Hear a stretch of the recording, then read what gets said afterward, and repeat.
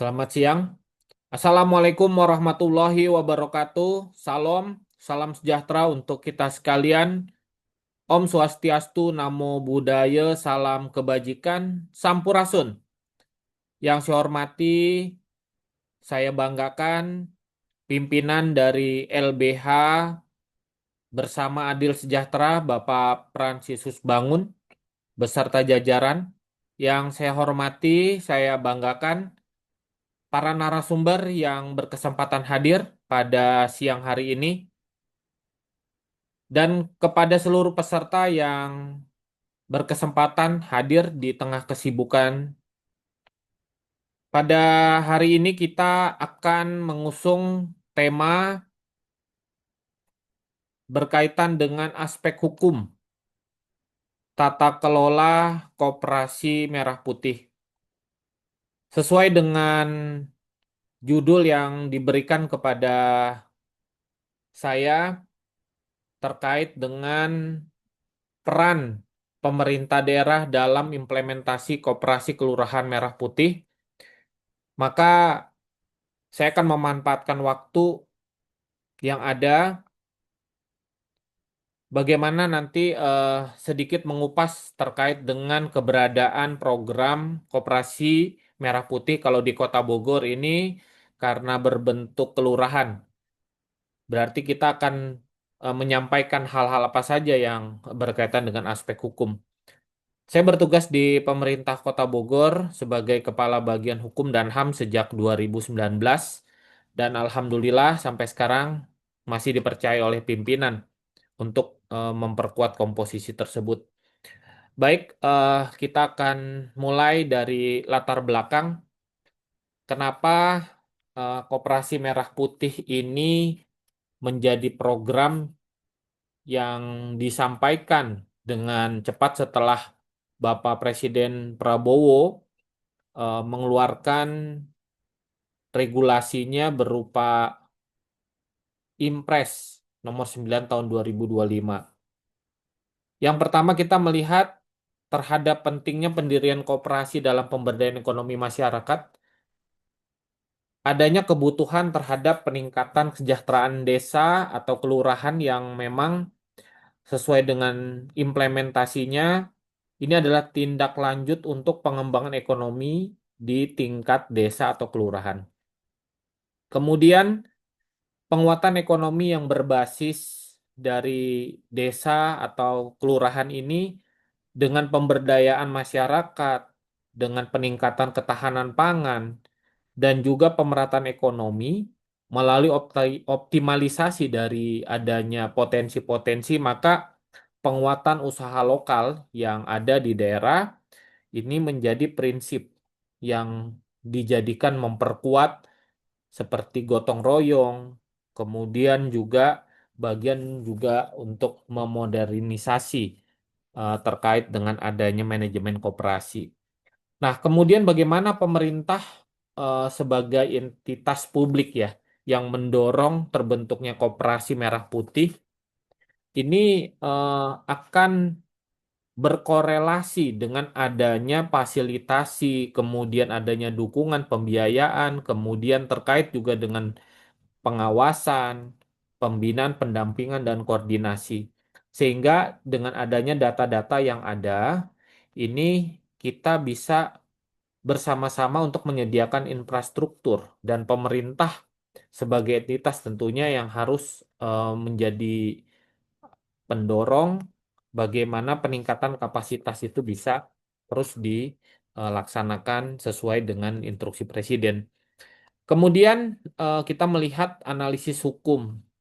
Ini tidak lepas bagaimana dari aspek regulasi, legitimasi, dan juga resiko hukum yang terkadang kalau dilihat secara kasat mata jangan sampai nanti ada kerugian negara sehingga diperlukan transparansi di dalam proses pelaksanaan dari Koperasi Merah Putih.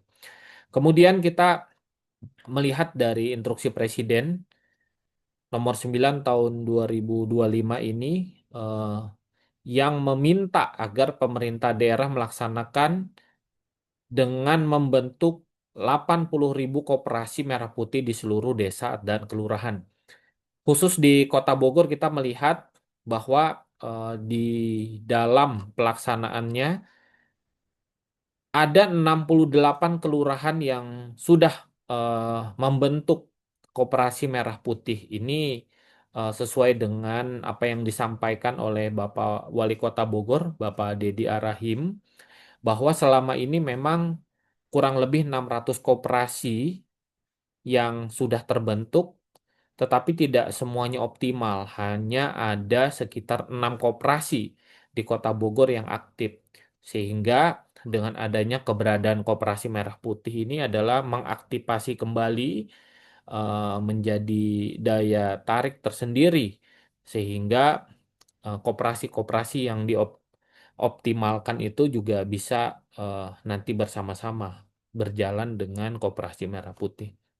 Kemudian kalau melihat dari beberapa hal terkait dengan adanya keinginan pemerintah untuk melaksanakan program koperasi kelurahan dan desa merah putih ini, ada kendala-kendala memang karena percepatan ini juga harus dilaksanakan segera, maka Kementerian Hukum dengan regulasinya Permenkum nomor 13 tahun 2025 tentang pengesahan koperasi dengan didorong oleh surat edaran Dirjen AHU tentang percepatan dan pelaporan fidusia ini juga eh, terus dilakukan sampai saat ini per update bulan Juni kemarin dan sampai hari ini ternyata dari kendala-kendala yang ada tidak semua daerah ya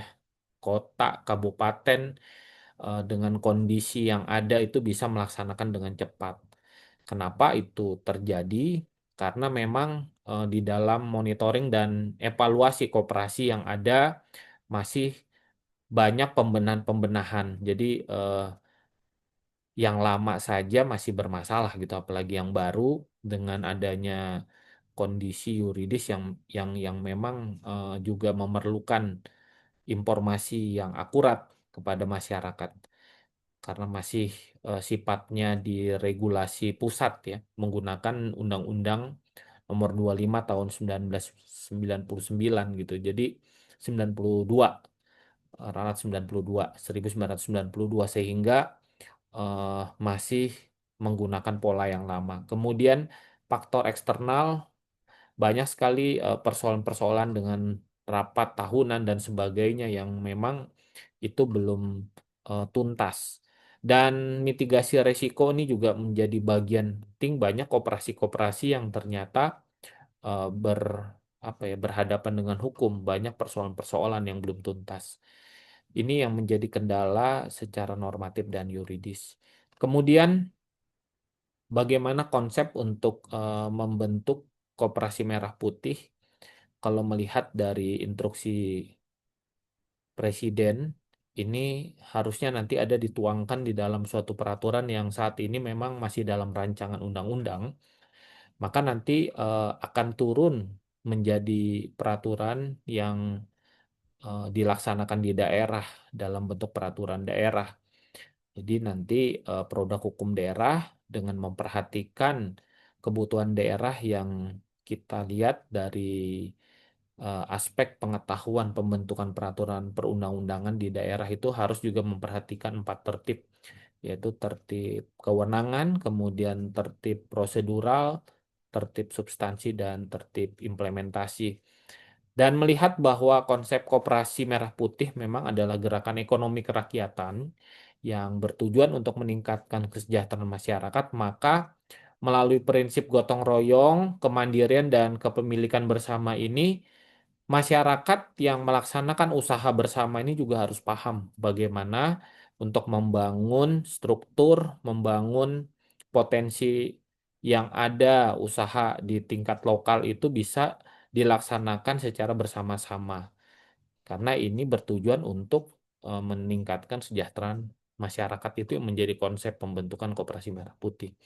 Kemudian kalau melihat dari beberapa hal terkait dengan pelayanan wajib ya, urusan wajib pemerintah dan urusan lain, kita bisa melihat apakah korelasinya dari pembentukan koperasi merah putih yang ada di Kota Bogor, berarti di tingkat kelurahan ini dengan memperhatikan dari 6 kecamatan, kita lihat mulai dari Bogor Tengah, Bogor Barat, Tanah Sareal, Bogor Utara, Bogor Timur, dan Bogor Selatan. Ini pasti akan memiliki struktur yang berbeda nanti dari kebutuhan-kebutuhan. Oleh karenanya, dari semua ini juga perlu dilakukan kajian-kajian. Jadi hal-hal apa yang nanti untuk memperkuat koperasi. Kemudian melihat dari beberapa aspek yang ada, khususnya dari peran pemerintah dalam melaksanakan penyelenggaraan Koperasi Merah Putih, ada 4 hal yang kami rekomendasikan. Yang pertama, untuk mengkoordinasikan pembentukan koperasi dengan perangkat daerah terkait, artinya pemerintah daerah melalui perangkat daerah terkait ini akan berkolaborasi nanti dengan masyarakat. Apakah di tingkat kelurahan itu hanya satu koperasi merah putih atau ada tambahan. Jadi ini juga bisa menjadi satu koordinasi. Kemudian anggaran anggaran yang diperlukan untuk memberikan bantuan pembuatan akta notaris ini juga penting. Di Kota Bogor ada 6 notaris yang diminta untuk membantu pembentukan akta pendirian koperasi tersebut.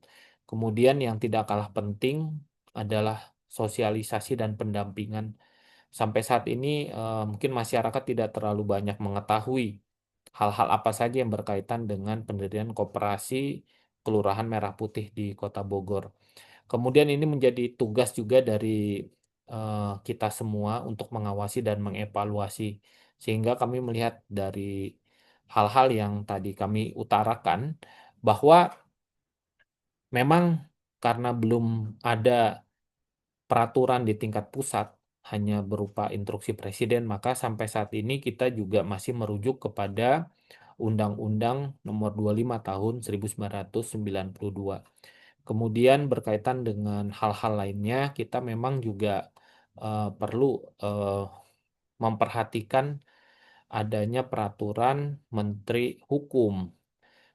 Khusus di Kota Bogor, kita memiliki Perda Nomor 4 Tahun 2021 tentang pemberdayaan koperasi UKM Dagin.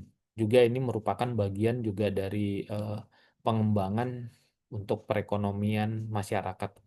Saya hanya ingin menyampaikan bahwa sering di dalam 4 tertib yang tadi saya sampaikan, tertib kewenangan, tertib prosedural, kemudian tertib substansi dan tertib implementasi ini sering beririsan.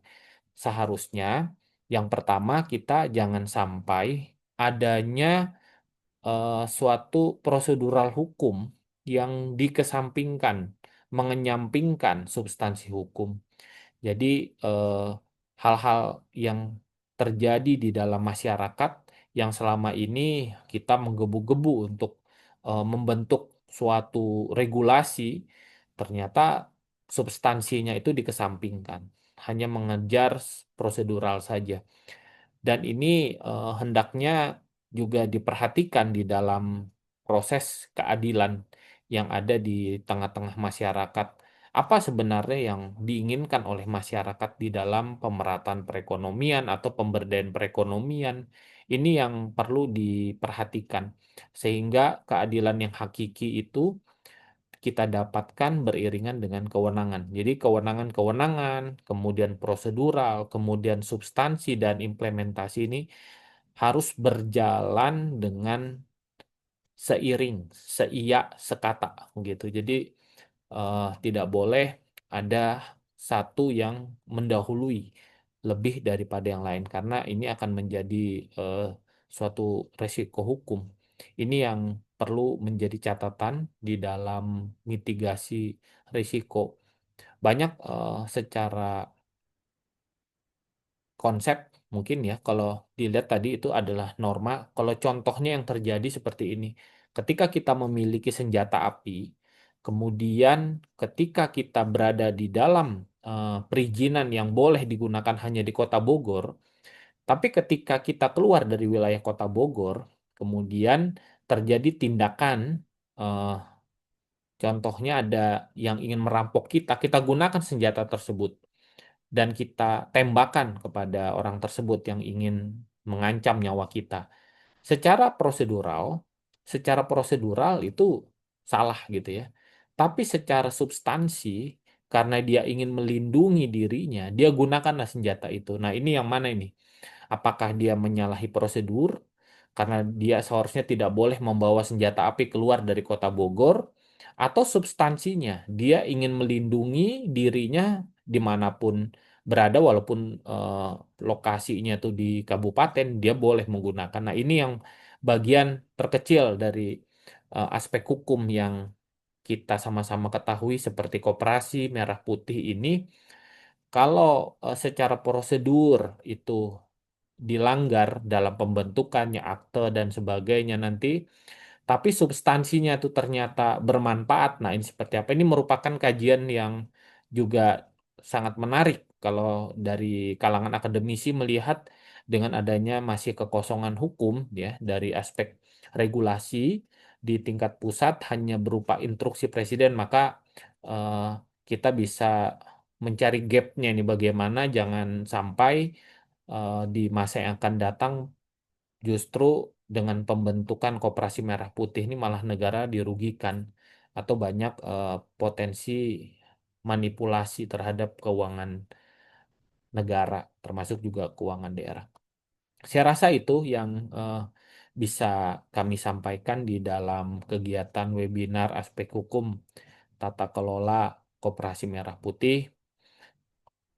Dalam hal ini kami di pemerintah Kota Bogor mengharapkan bahwa eh, dengan adanya pemantik kegiatan pada hari ini melalui kegiatan secara daring, ini kami berharap banyak masukan-masukan yang bisa kita lakukan. Karena seperti yang disampaikan oleh Wali Kota Bogor, saat ini ada 600 koperasi yang sudah berdiri di Kota Bogor, tetapi karena tidak dilakukan pemberdayaan, monitoring, dan evaluasi sehingga hanya 6 yang aktif dan adanya keinginan koperasi merah putih berarti ada transformasi tersendiri gitu ya yang dilakukan di koperasi. Apa bedanya koperasi unit desa dengan koperasi merah putih? Nah, ini bisa menjadi diskusi nanti karena juga di forum ini ada para narasumber juga yang saya rasa juga sangat mumpuni saya rasa untuk bisa menyampaikan bagaimana koperasi ini eh, apapun namanya tujuannya sama yaitu untuk mensejahterakan masyarakat. Demikian dari saya Alma Wiranta sebagai Kepala Bagian Hukum dan HAM Setda Kota Bogor. Mudah-mudahan di kegiatan yang sangat sangat sangat baik ini bisa dimanfaatkan dan kita kiranya selalu memohon kepada Tuhan, kepada Allah Subhanahu wa taala di Kota Bogor yang kita cintai ini selalu diberi kekuatan perlindungan sehingga masyarakat juga di tengah situasi kondisi saat ini juga bisa terus bersama-sama mendapat kesejahteraan. Terima kasih atas kesempatan yang diberikan kepada saya. Sekali lagi, eh, apabila ada kata-kata yang kurang berkenan dari saya pribadi, saya mohon maaf. Dan ini saya kembalikan kepada moderator. Wabillahi taufiq wal hidayah. Wassalamualaikum warahmatullahi wabarakatuh. Sampurasun.